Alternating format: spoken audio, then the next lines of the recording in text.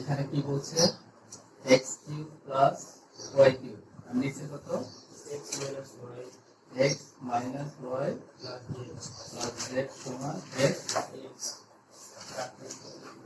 এটা এত হলে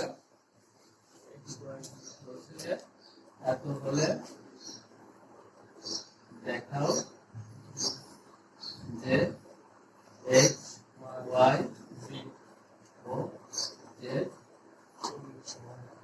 ক্রমিক সমানুপাতি। এটা দেখাইতে হবে এই তো ক্রমিক সমানুপাতি জিনিসটা কি আগে বলছো। দেখো ধরো a b c এই তিনটা ক্রমিক সমানুপাতি, তাহলে এই তিনটা কি হবে b square equal two ac হবে। b স্কয়ার ইকুয়াল টু যদি ac হয় তাহলে এটা abc ক্রমিক সমানুপাতি, অথবা কি হবে a by b b by c হয়। abc ক্রমিক সমানুপাতি হতে হলে তাকে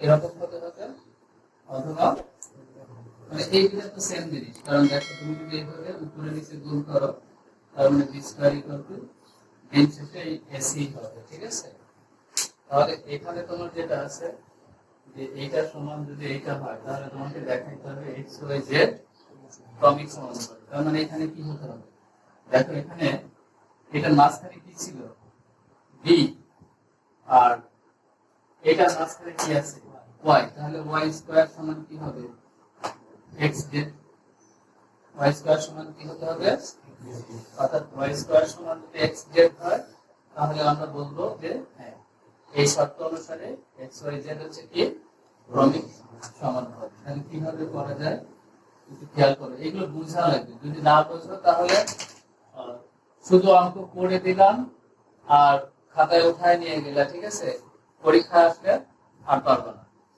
ঠিক আছে, বিষয় ভিত্তিক জিনিস যদি বুঝতে পারো তাহলে অঙ্ক করতে পারবো, আদারওয়াইজ করতে পারবো না। এখন দেখো শুরুতেই তাহলে আমরা কি লিখবো, এখানে দেওয়া আছে হচ্ছে কত এটা লিখে দেবো কি যে দেওয়া আছে এটা লিখতে পারবে, এটা দেওয়া আছে দেওয়া আছে এটা লিখে হলো।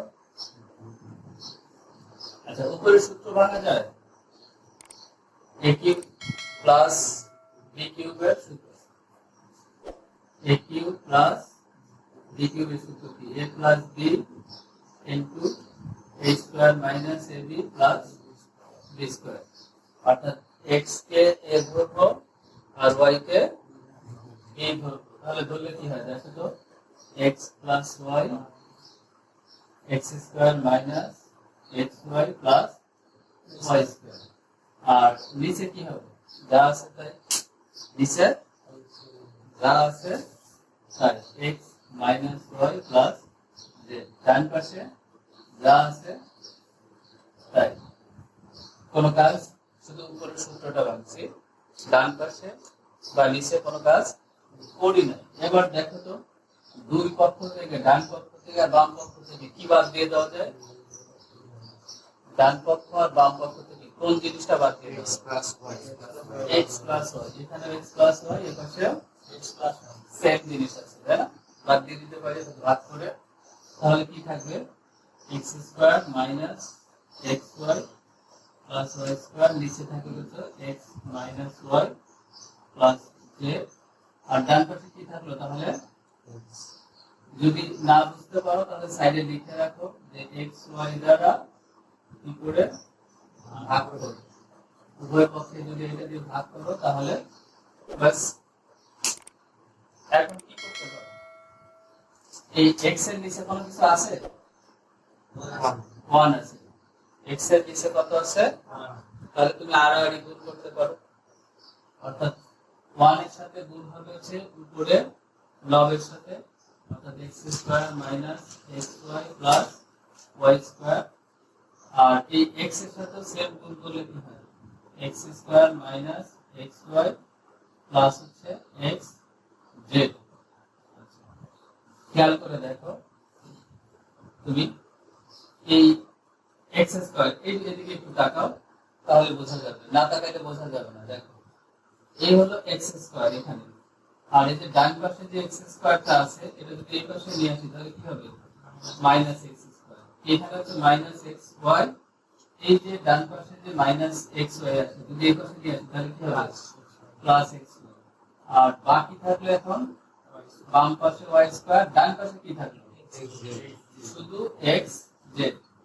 আর এখন বলো এই বাম পাশ থেকে কি কি কাটা যায় plus x square minus x square plus x y minus x y, তাহলে থাকে কি শুধু y square equal to x z. সুতরাং আমরা কি করতে পারি এক্স ওয়াই জেড ক্রমিক সমানুপাতিক। বিষয়টা বোঝা গেছে? কঠিন ছিল অঙ্কটা? হ্যাঁ